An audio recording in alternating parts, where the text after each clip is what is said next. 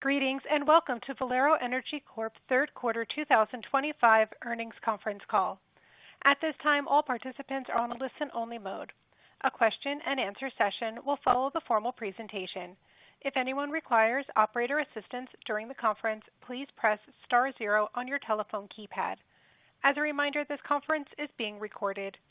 It is now my pleasure to introduce your host, Homer Bhullar, Vice President, Investor Relations and Finance. Thank you. You may begin. Good morning, everyone, and welcome to Valero Energy Corporation's third quarter 2025 earnings conference call.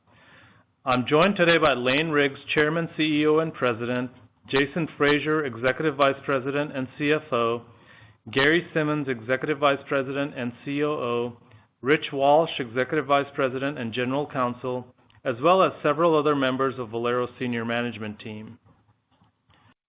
If you have not received a copy of our earnings release, it's available on our website at investorvalero.com. Included with the release are supplemental tables providing detailed financial information for each of our business segments, along with reconciliations and disclosures for any adjusted financial metrics referenced during today's call. If you have any questions after reviewing these materials, please feel free to reach out to our investor relations team. Before we begin, I would like to draw your attention to the forward-looking statement disclaimer included in the press release. In summary, it says that statements made in the press release and during this conference call that express the company's or management's expectations or forecasts of future events are forward-looking statements and are intended to be covered by the safe harbor provisions under federal securities laws. Actual results may differ from those expressed or implied due to various factors which are outlined in our earnings release and filings with the SEC. I'll now turn the call over to Lane for opening remarks. Thank you, Homer, and good morning, everyone. We're pleased to report strong financial results for the third quarter, highlighting our long-standing track record of operational and commercial excellence. Our refinery throughput utilization was 97%, with the Gulf Coast and North Atlantic regions setting new all-time highs for throughput, following last quarter's record performance in the Gulf Coast. Refining margins remained well supported by strong global demand and persistently low inventory levels despite high utilization rates. Supply constraints were driven by refinery rationalizations, delayed ramp-ups of new facilities, and ongoing geopolitical disruptions. These market dynamics contributed to the margin strength despite relatively narrow sour crude differentials. The ethanol segment also delivered a strong quarter, achieving record production and solid earnings. Strategically, we continue to make progress on the FCC unit optimization project at our St. Charles refinery. This initiative will enhance our ability to produce high-value product yields, including high-octane alkylate. The $230 million project is expected to begin operations in the second half of 2026. Looking ahead, refining fundamentals should remain supported by low inventories and continued supply tightness, with planned refinery closures and limited capacity additions beyond 2025. Sour crude differentials are also expected to widen with the increased OPEC Plus and Canadian production. In closing, our strong financial results and record operating achievements this quarter are a testament to our commitment to commercial and operational excellence. This, coupled with the strength of our balance sheet, should continue to support strong shareholder returns. So with that, Homer, I'll turn the call back over to you. Thanks, Lane.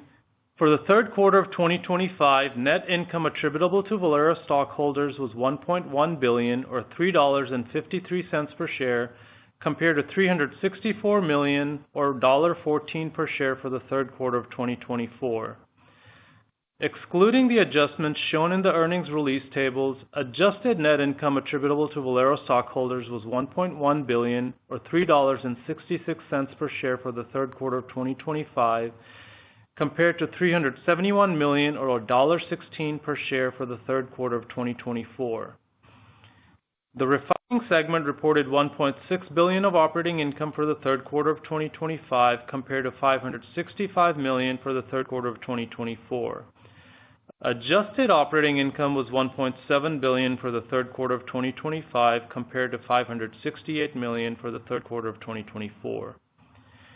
Refining throughput volumes in the third quarter of 2025 averaged 3.1 million barrels per day, or 97% throughput capacity utilization. Adjusted refining cash operating expenses were $4.71 per barrel. The renewable diesel segment reported an operating loss of $28 million for the third quarter of 2025 compared to operating income of $35 million for the third quarter of 2024. Renewable diesel segment sales volumes averaged 2.7 million gallons per day in the third quarter of 2025. The ethanol segment reported $183 million of operating income for the third quarter of 2025 compared to $153 million for the third quarter of 2024. Ethanol production volumes averaged 4.6 million gallons per day in the third quarter of 2025, achieving record production. For the third quarter of 2025, G&A expenses were $246 million, net interest expense was $139 million, and income tax expense was $390 million. Depreciation and amortization expense was $836 million, which includes approximately $100 million of incremental depreciation expense related to our plan to cease refining operations at our Benicia refinery next year. Net cash provided by operating activities was $1.9 billion in the third quarter of 2025. Included in this amount was a $325 million favorable impact from working capital and $86 million of adjusted net cash used in operating activities associated with the other joint venture members' share of DGD. Excluding these items, adjusted net cash provided by operating activities was $1.6 billion in the third quarter of 2025. Regarding investing activities, we made $409 million of capital investments in the third quarter of 2025, of which $364 million was for sustaining the business, including costs for turnarounds, catalysts, and regulatory compliance, and the balance was for growing the business. Including capital investments attributable to the other joint venture member share of DGD and other variable interest entities, capital investments attributable to Valero were $382 million in the third quarter of 2025. Moving to financing activities, we returned $1.3 billion to our stockholders in the third quarter of 2025, of which $351 million was paid as dividends and $931 million was for the purchase of approximately 5.7 million shares of common stock, resulting in a payout ratio of 78% for the quarter. Year to date, we have returned over $2.6 billion through dividends and stock buybacks for a payout ratio of 68%. With respect to our balance sheet, we ended the quarter with $8.4 billion of total debt, $2.2 billion of total finance lease obligations, and $4.8 billion of cash and cash equivalents. The debt to capitalization ratio net of cash and cash equivalents was 18% as of September 30, 2025. And we ended the quarter well capitalized with $5.3 billion of available liquidity excluding cash. Turning to guidance, we expect capital investments attributable to Valero for 2025 to be approximately $1.9 billion, which includes expenditures for turnarounds, catalysts, regulatory compliance, and joint venture investments. About $1.6 billion of that is allocated to sustaining the business and the balance to growth. For modeling our fourth quarter operations, we expect refining throughput volumes to fall within the following ranges: Gulf Coast at 1.78 to 1.83 million barrels per day, Mid-Continent at 420 to 440,000 barrels per day, West Coast at 240 to 260,000 barrels per day, and North Atlantic at 485 to 505,000 barrels per day. We expect refining cash operating expenses in the fourth quarter to be approximately $4.80 per barrel. For the renewable diesel segment, we expect sales volumes of approximately 258 million gallons in the fourth quarter, reflecting lower production due to economics. Operating expenses should be 52 cents per gallon, including 24 cents per gallon for non-cash costs such as depreciation and amortization. Our ethanol segment is expected to produce 4.6 million gallons per day in the fourth quarter. Operating expenses should average 40 cents per gallon, which includes 5 cents per gallon for non-cash costs such as depreciation and amortization. For the fourth quarter, net interest expense should be about $135 million. Total depreciation and amortization expense in the fourth quarter should be approximately $815 million, which includes approximately $100 million of incremental depreciation expense related to our plan to cease refining operations at our Benicia refinery next year. We expect this incremental depreciation related to the Benicia refinery to be included in D&A for the next 2 quarters, resulting in a quarterly earnings impact of approximately 25 cents per share based on current shares outstanding. For 2025, we still expect G&A expenses to be approximately $985 million. That concludes our opening remarks. Before we open the call to questions, please limit each turn in the Q&A to 2 questions. If you have more than 2 questions, please rejoin the queue as time permits to ensure other callers have time to ask their questions. Thank you. The floor is now open for questions. If you would like to ask a question, please press star 1 on your telephone keypad at this time. A confirmation tone will indicate that your line is in the question queue. You may press star 2 if you would like to remove your question from the queue. For participants using speaker equipment, it may be necessary to pick up the handset before pressing the star keys. Our first question today is coming from Sam Margolin of Wells Fargo. Please go ahead. Hey, good morning, everybody. Thanks for taking the question. Good morning, Sam. This is a comment from your opening remarks. As you mentioned, not much of a contribution from heavy crude this quarter on differentials. I guess we're like a year into TMX barrels sort of fully flowing, and I wonder if you could share any insights you have into the differential side, as kind of 12 months into TMX, and then just on the overall kind of availability picture that's emerging into 2026. Yeah, so I would tell you, we've been I'll start with TMX, somewhat disappointed that TMX hasn't had as much of an impact on West Coast crude values as it has. Really, ANS didn't come off like we anticipated it would, and most of those barrels are flowing to the Far East. In the broader sense, in terms of quality differentials, we have seen the quality differentials move quite a bit. WCS now trading at a 12% discount to Brent, Maya 14% discount to Brent. Those had been as narrow as 7% previously in the year. On medium sours, we had seen discounts as narrow as 2.5%. That's widened out closer to an 8% discount. So discounts have certainly moved to the point where we are seeing an economic benefit in our system to running medium and heavy sour crudes. Our expectation is you'll continue to see those widen. Although OPEC began unwinding their production cuts in April, much of that volume was offset by an increase in summer power burn. So it wasn't really until September that we saw any meaningful increase in the export volume from OPEC. The pricing signals that are there still suggest that most of that incremental OPEC volume will be directed towards Asia. However, we've been seeing increased offers to the U.S. market, especially for Iraqi crude. We'll be processing both Basra and Kirkuk during the fourth quarter in our system. The arbitrage to move Mars into Asia has closed. Additionally, we're starting to see Asia push back on some of the Latin American grades, which ultimately is beginning to pressure medium sours in the Gulf Coast. So all of those effects are things that we're starting to see in October. Then as medium sour discounts widen, you'll see heavy sours react to remain competitive with medium sour. So we anticipate that to continue to happen as we move through the fourth quarter. In addition to just OPEC, heavy Canadian production has continued to ramp up, as well as some of the deep water medium sour production in the Gulf. And then you've seen Chinese demand has been very high for medium and heavy sour barrels as they fill their SPR. At some point in time, you'd expect that to be full and they would back off.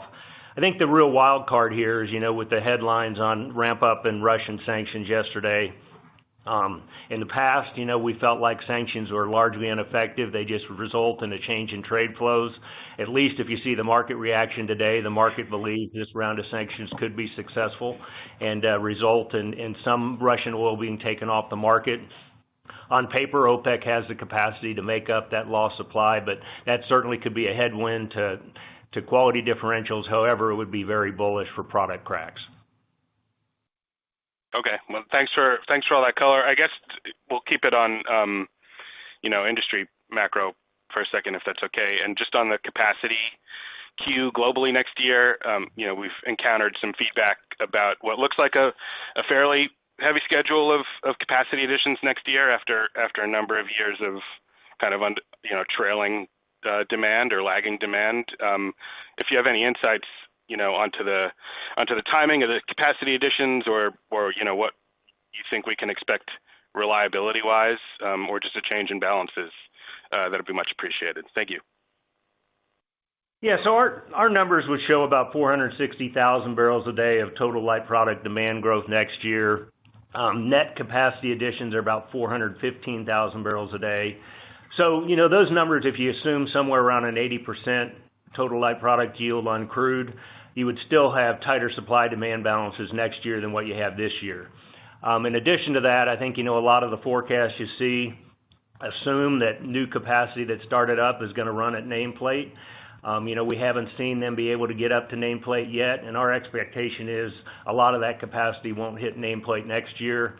And then Russian capacity is a real wild card here also, 1.5 million barrels a day of Russian capacity offline. A lot of the forecasts assume that Russian capacity is up and running, beginning of the year. Our expectation is it will take longer to get that up and running as well. So, we expect things to be tighter next year as well. Thank you. Thank you. The next question is coming from Manav Gupta of UBS. Please go ahead. Good morning. I just quickly wanted to follow up on that. We are seeing a massive spike in global outages. Russia, Dangote, Dos Bogas. I think over the weekend there were issues, where you had Romania having issues. So what are you seeing in terms of global product markets out there, all these outages, and what they're causing for, the margins out there? If you could talk a little bit about that. Yeah, Manav, this is Gary. I think, we've seen good export demand all year. The fact that we've been unable to restock inventories in the United States, is keeping somewhat of a pull into the domestic markets, but the export markets are very good. Continue to see really good export demand for gasoline into Latin America and South America. On the diesel side, a bigger pull into South America than what we've been seeing. Freight has really been volatile, and so on the export arbs going to Europe, it's kind of been up and down, and it's really just freight that's kind of been what opens and closes that arb. If you look today, that arb is marginally open, and I think you'll start to see a heavier flow going to Europe from the U.S. Gulf Coast on diesel.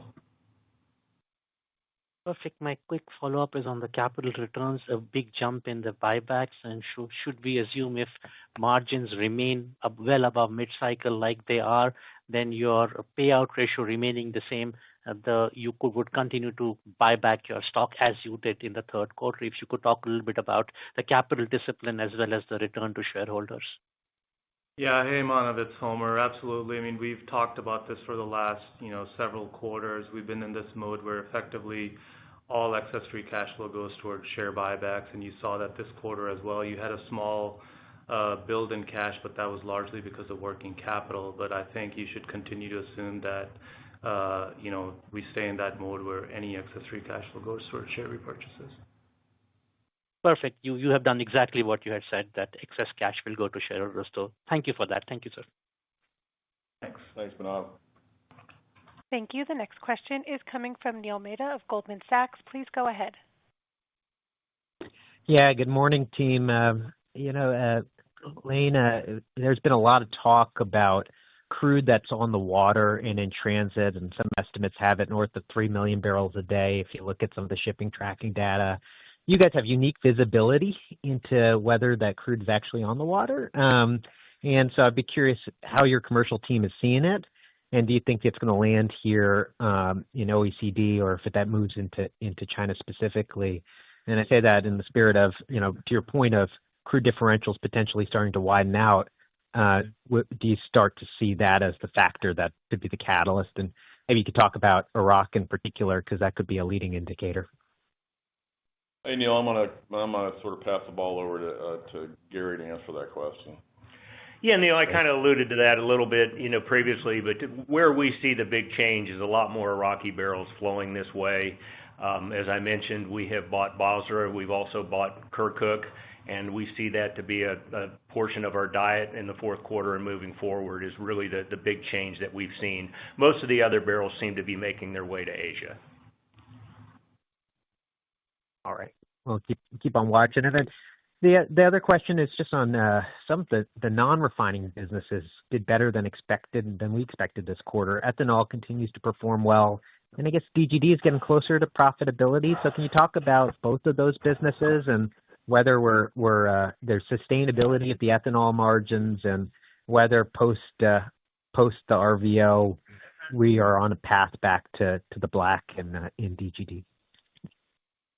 Yeah, hey Neil, this is Eric. Ethanol continues to look positive. I think a lot of that is we've had a record corn crop. Ethanol demand has been strong both domestically and in the export markets. We're seeing the continued interest in countries going from E0 to E10. Canada's gone to E15 in some of the provinces, and you see, Brazil and India looking at moving from, the E20s to the E30s. And so all of this is creating more ethanol demand in the world, and being the largest exporter of ethanol, that favors our segment pretty well. So cheap feedstock and lots of demand. So ethanol, I think outlook is good and continues to look good in the future. On DGD, you're exactly right. We've seen, throughout the year, there's just been a lot of impact from tariffs and policy downturns in the U.S. We've seen fat prices rising for the better part of the year, and I think just most recently, we are seeing enough rationalization in both biodiesel and renewable diesel where fat prices are finally starting to soften. And with that lower fat price, we've seen DGD margins return back to positive EBITDA. So that's a good sign. That's a good sign for the fourth quarter. Obviously with the PTC changing Jan 1 on all foreign feedstocks as well as SAF, that will be a challenge, as we start 2026. But I think, everyone seems to expect that the RVO will be net positive for renewables. That's a lot of speculation because there is a lot of back and forth on these policies right now. But I think the general view is the number is probably going up and will probably be supportive of renewable diesel. Thanks, Eric. Thank you. The next question is coming from Teresa Chen of Barclays. Please go ahead. Morning. Wanted to talk about your PADD 3 and PADD 2 assets in light of two major product pipeline binding open seasons that have been announced over the recent weeks to move more volumes from these regions into PADD 5, given ongoing West Coast refinery closures, including your own Benicia facility. So if one of these 200,000 barrels per day plus systems were to be built, how do you anticipate this could reshape flows and margin capture across your Gulf Coast and Mid-Continent assets? And is there any volition? Would it make sense for you to be a shipper on one of these pipes? Yeah, Teresa, this is Gary. We've engaged in conversation with both the projects that we think could go forward. In both cases, we'll have to wait and see what the final tariff numbers are. It looks like the tariff would be set such it's competitive versus the Jones Act movement to the West Coast, but we believe we can be more competitive with foreign flag waterborne movements into the West Coast. In addition to that, we like the waterborne movements because one, the volatility on the West Coast, if you take a position on that pipe, you could be shipping into a closed arb a good portion of the time. And then we like the waterborne option as well because it allows you to source barrels from anywhere in the world and take advantage of international arbs that can be open. So we have connectivity through McKee already to El Paso and into Phoenix. So we have a lot of that connectivity as well as space on the pipe from Houston to El Paso. So I don't think you'll see us participate in those projects. This is Lane. The second part of that would be you would expect it to firm up the group in the Gulf Coast as barrels do get committed and move west, assuming those projects go through. Thank you. That's very helpful. And separately, Gary, there's been some noise in the DOEs as of recently. Love to get your take on what you're seeing across your domestic distribution channels and your commentary on domestic demand in addition to the color you gave already on exports. Sure. If you look at our gasoline demand, I think in our system, we would say Year-over-year gasoline demand is flat to slightly down, pretty similar to what's in the DOEs. Third quarter, our volumes were flat year-over-year. It looks to us like vehicle miles traveled are up year-over-year, but probably not enough to offset the more efficient automobile fleet. So again, probably flat to slightly down gasoline demand. As I mentioned, export demand looks good. When you look at gasoline fundamentals, in addition to good export demand, the transatlantic arb to ship from Europe into New York Harbor is closed, and it's actually closed on paper all the way through the first quarter. So really, for this time of year, gasoline fundamentals look about as constructive as you could hope for.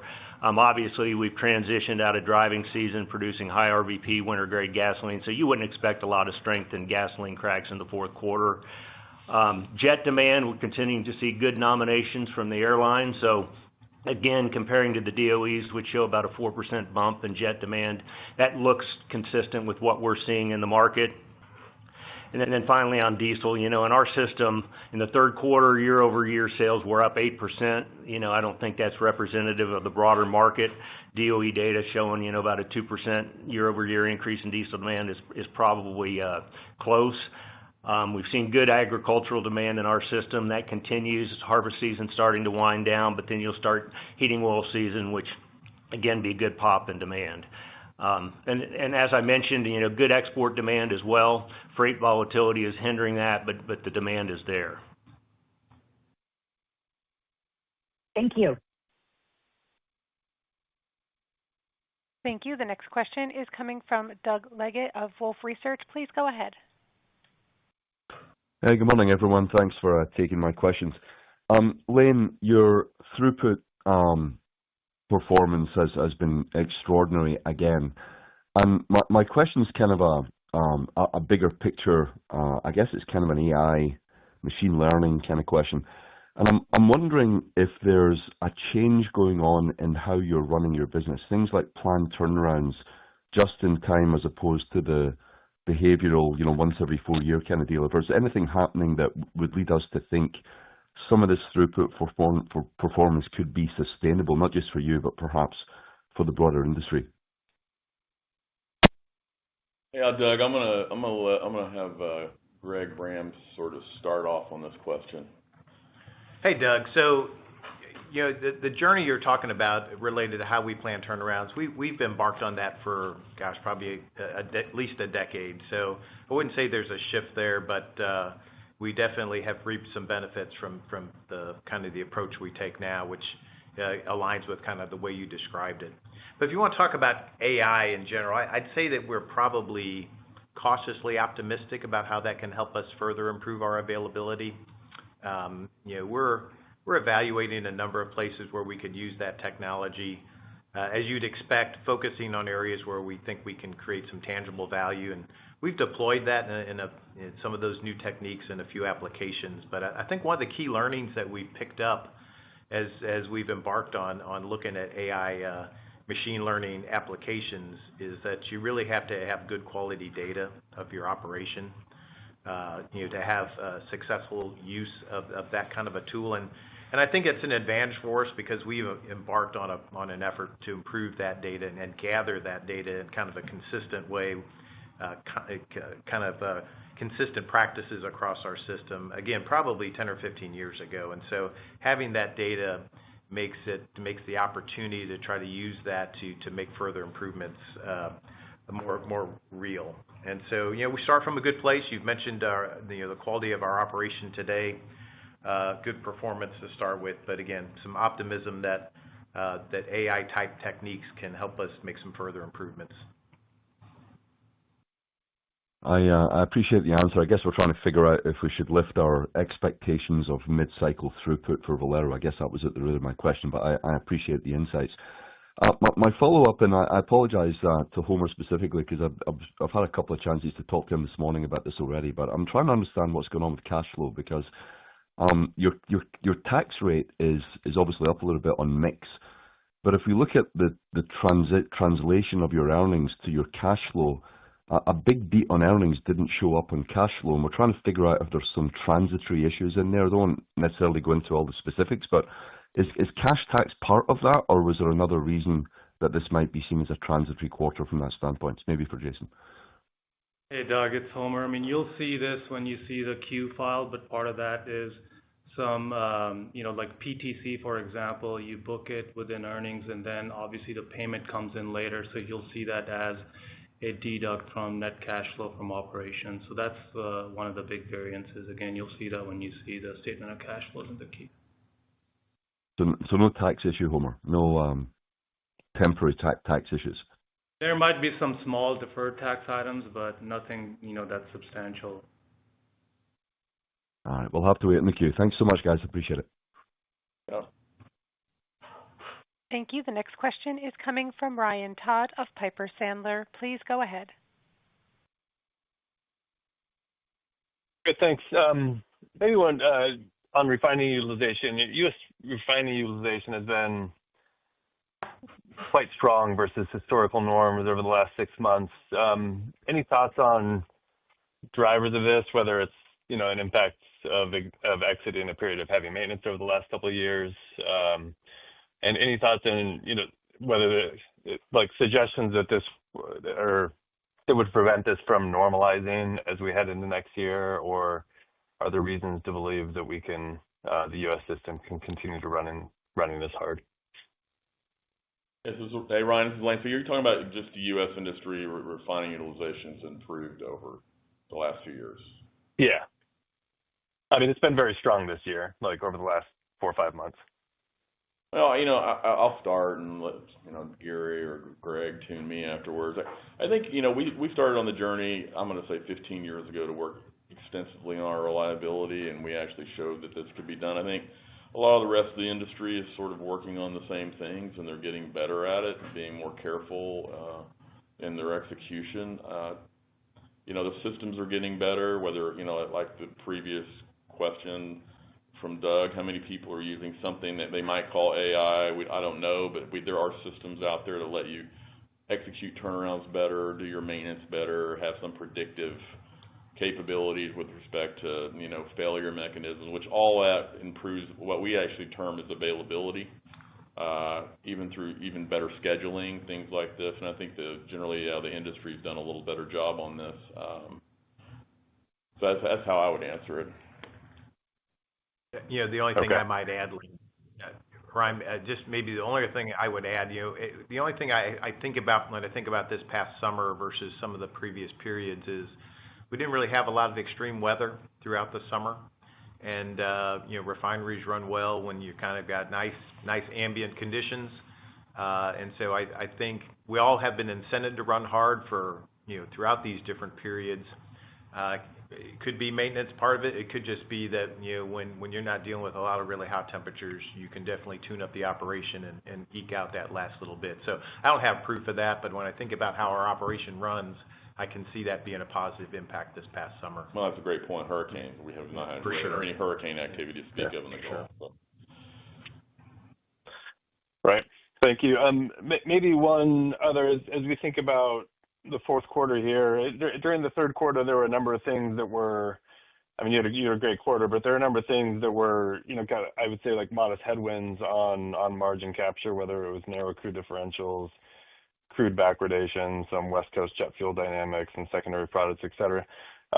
Many of these appear to have, reversed or improved here early on in the fourth quarter. Any thoughts on direction of some of these trends that may impact the type of capture or profitability that we see during the fourth quarter and what looks like a pretty strong environment? Yeah, Ryan, it's Greg. It's early for the fourth quarter, right? And you did mention a few of the things that have turned more favorable as we've gotten started out here in October. A couple of things I always think about as we approach the winter season. We'll blend more butane into gasoline as RVP shifts to winter specifications. That tends to create some uplift on margin capture. But I think it's also worth knowing, while there have been a number of things that have moved favorably, you still have some pretty weak secondary products. Naphtha's turned a bit weaker. Propylene continues to be fairly weak. So there are a few things out there that have not really turned positively yet as we started out in the quarter. Great. Thanks for the help. Thank you. The next question is coming from Paul Cheng of Scotiabank. Please go ahead. Hey, guys. Good morning. Hey, Paul. Just before my question, just curious that and have a comment. I was surprised that you guys didn't increase your G&A full year. I thought with the strong earnings that you guys are going to increase your bonus accrue. So I was surprised. Maybe that is a part of the cost saving from Ling. Yeah, well, that's not one we'd eagerly jump on. So that I told Homer that this is not going to count as my question. But anyway. We'll count that as a good comment, Paul. Okay. My question is actually that in the third quarter, I think part of the issue related to the margin capture is on the octane. Octane value comparing to the second quarter, I think has come down. Just curious that if you guys will be able to share some insight, what happened, and then whether you think that will continue that trend. Secondly, I want to go back into not so much about just AI, but also robotic technology and all that. So Ling and the team, Greg, do you guys think that we are seeing all this new technology now available to you is more evolution, or that is going to transform the way how you guys may conduct business, not just in the refining side, but also in your back office, in your trading, commercial, as such that, I mean, we have seen your upstream counterparts, some of them that announced some pretty sizable cost reduction effort because of the new technology. Just want to see where we stand for you guys or for the industry. So maybe I'll take the naphtha question and let Greg take the second one. Yeah, or the octane question, sorry. When we look at octane, we tend to view that it trades at an inverse to naphtha. And so what you really had in the last quarter was naphtha got a little bit stronger, and I think there's several reasons for that. You had less naphtha coming out of Russia. You had some of the naphtha from the U.S. Gulf Coast going back to Venezuela as diluent. And then you're seeing a little bit more naphtha pull to Asia into the petchem market. So, when naphtha's weak, there's a big incentive to try to blend it into gasoline, and that takes octane to do it. But when naphtha gets stronger, there's less of an incentive. So although the regrade to octane regrain was a little bit weaker, it probably helped set up stronger gasoline fundamentals.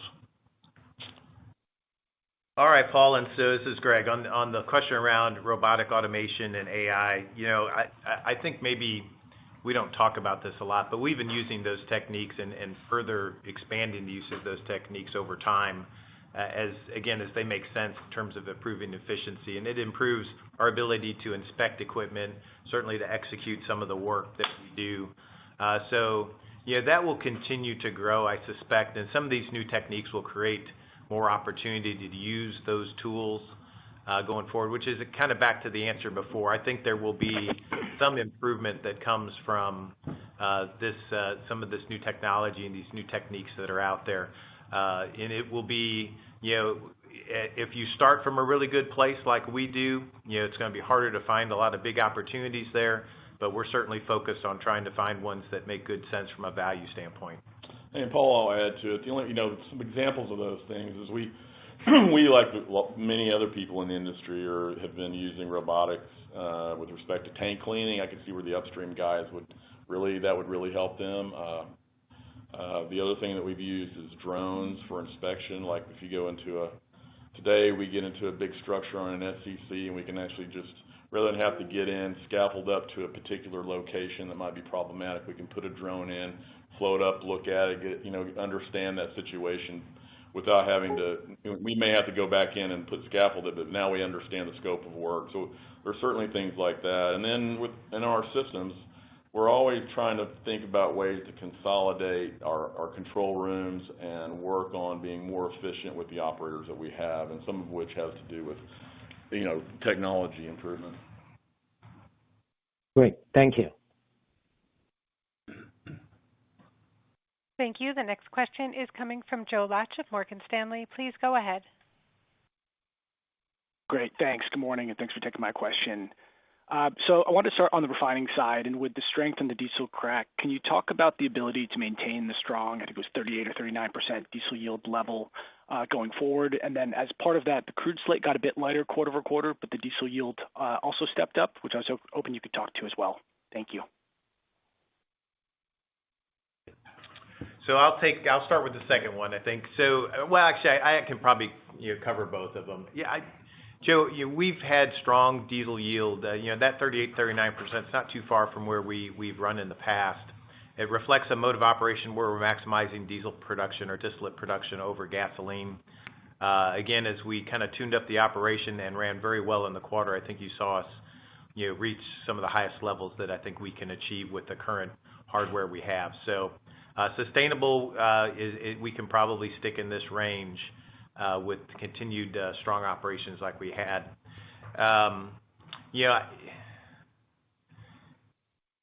Remind me, Joe, what was the second part of that question? Yeah, so I was just asking about the crude slate got a bit lighter quarter over quarter, but you're able to step up the distillate yield. So just hoping to get a little bit of thoughts on that. Yeah, now it did get a little bit lighter, but I think in some of the places where we lightened up, we were still able to, the growth was more on the jet side than on the diesel side. And we were able to kind of drop that back into the naphtha, into the jet, still make a distillate product, and had good incentive to do so. So I'm not sure that the slate itself, if I were to try to back in it, and I haven't tried to back into what was the total available distillate yield, but I don't know that it was a big enough shift in some of the places where we got lighter that would have had a material impact on our distillate, our yield there. Great, that's helpful. And then Eric, I wanted to shift to RD, and then as we wait for clarity on the RVO and the SRE reallocation, can you talk to how you're thinking about the path for D4 RINs here?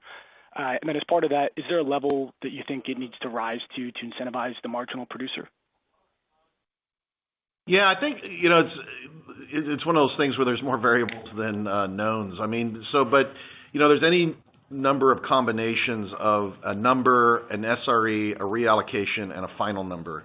But any combination of those numbers, the current number is 3.3 billion D4s. I think if you go back and look at the original premise of keeping the BD producer break even with $1 BTC, they've done a lot of work this year with removing ILUC out of the model for soybean oil. They gave a small producer benefit, which I think counts almost every single BD producer. And I think they're around 7 to 80 cents versus that dollar last year. So this last 20 cents is probably, if you took that to a D4 RIN, you probably need RINs to go up something like 25 to 30 cents to get BD back to break even.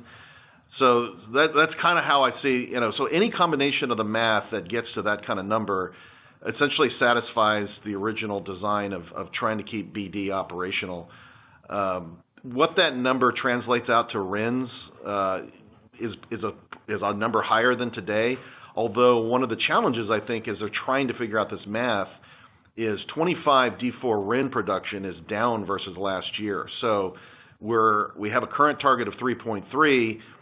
If we underperform that number, we will consume the bank early into next year. So depending on how high you set that number, it's very difficult to pick exactly where you'll meet that BD requirement, but not overshoot and then create an impact to overall diesel prices. So I think that's kind of the challenge of how this works. But if I try to anchor on something, I go back to the dollar BTC and where was the BD producer and where are they today? And so I think there's still a gap there, and clearly with the trade issue with China and soybean oil and soybeans in general, how that plays into this is really difficult to predict. But I think the math is something like that. Great, thanks. Yeah, I realize there's a lot of moving pieces, but I appreciate your thoughts. Thanks.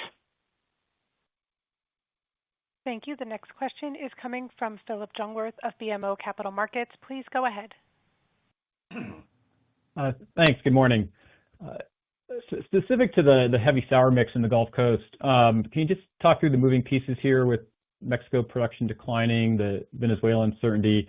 Assume that wasn't any help in the quarter, and also just Canada TMX capacity, and then also just how fuel imports might be helping replace some of these barrels in your Gulf Coast system.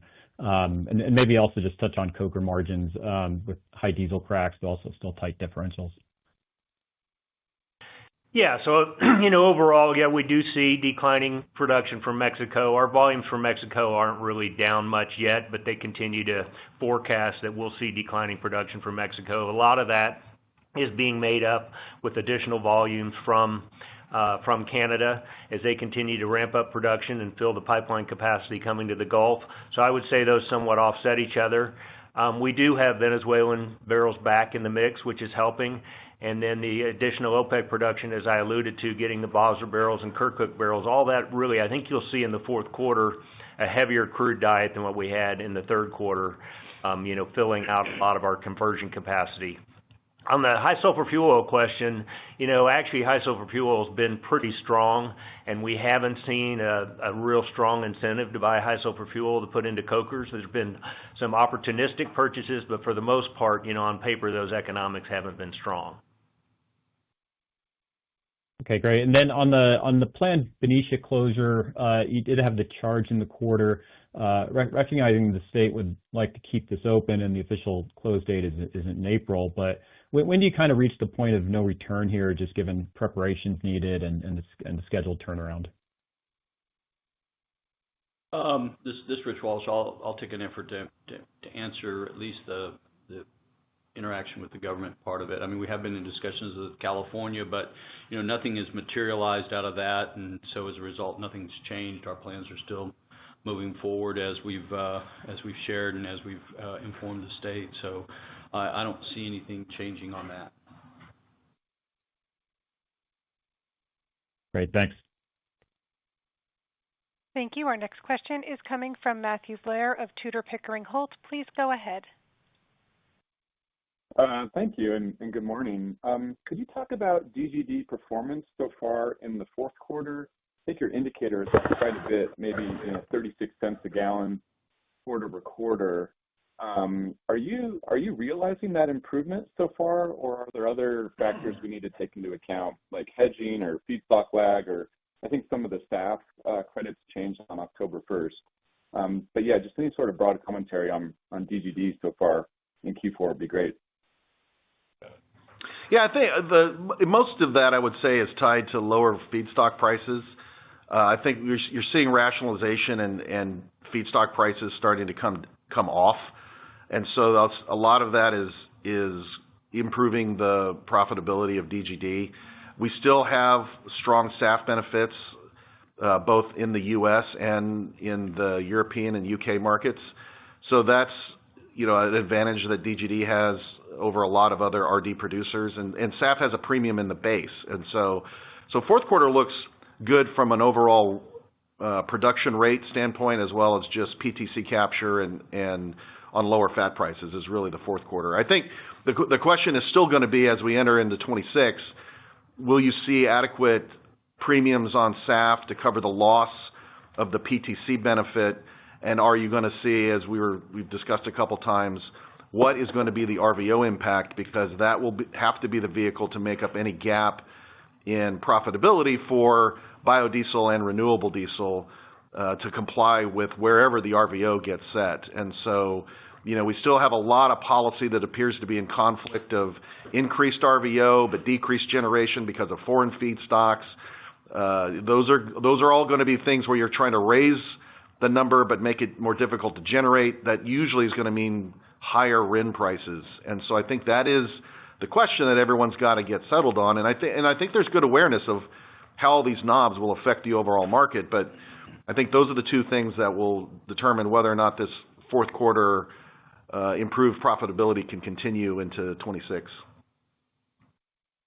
Indeed, a lot of moving parts there. And then if I could follow up on Teresa's question on the new product pipes that are headed west, could you talk about what this means for the prospects for your Wilmington refinery? I think Los Angeles currently ships about 125 a day of product east, out of the market to Phoenix.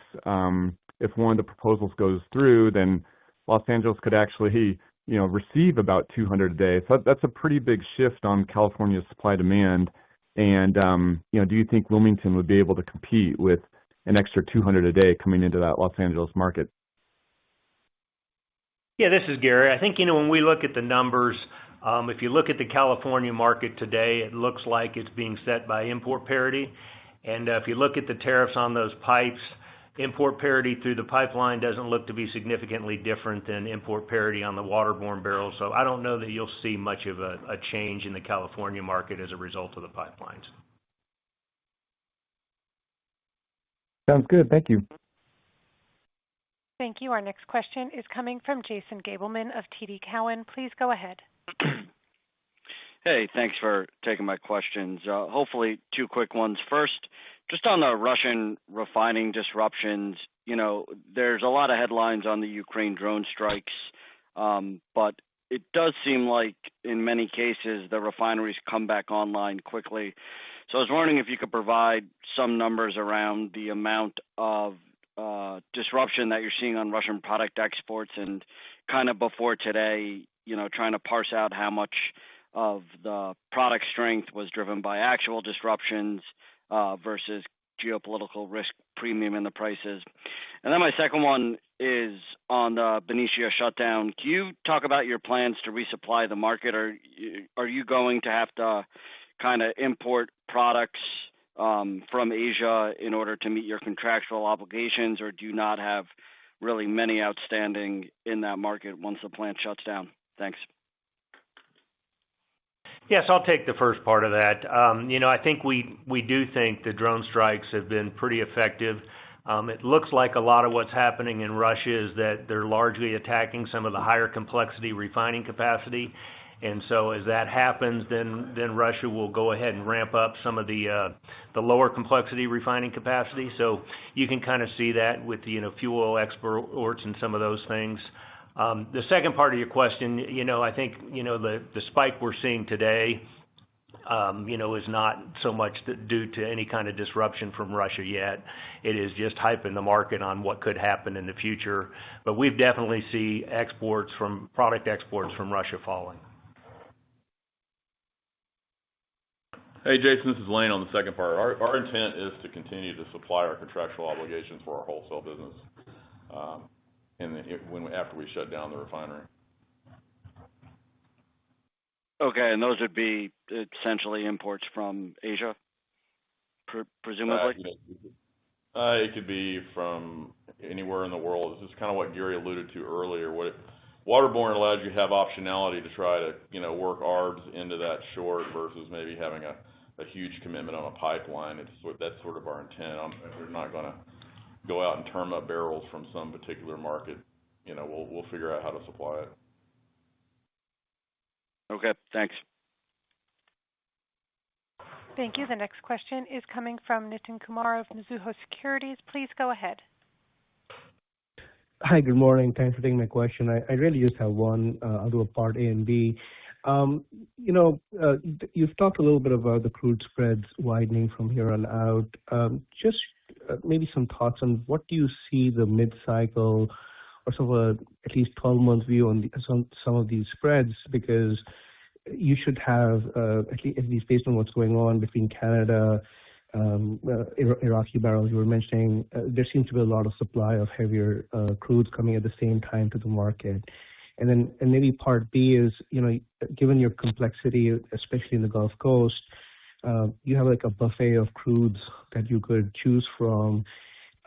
Is there a specific crude that you think falls to the bottom if it's not discounted appropriately? Yeah, so I'll take a stab at that. I guess, our view is, without getting into a lot of specifics on what we call mid-cycle, I guess we would say where the quality differentials are today, it would be a little inside of what we would view as mid-cycle, and we do see those continuing to widen going forward. In terms of, crude we see falling out, I don't really know that I have a view on that, Greg. I don't know if you have one, but... What I'd probably add, if you look back, and I think the market works this way today as well, the Latin American grades are the ones that tend to be the swing, and so they're probably the one that's kind of moved in to fill holes when there was a short in the Gulf Coast. They're probably the first ones that would back out as some of that supply comes in. Great. Thanks for the answers. Thank you. At this time, I would like to turn the floor over to Mr. Bilar for closing comments. Great. Thank you, Donna. We appreciate everyone joining us today. And as always, please feel free to contact the IR team if you have any additional questions. Have a great day, everyone. Thank you. Ladies and gentlemen, this concludes today's event. You may disconnect your lines or log off the webcast at this time and enjoy the rest of your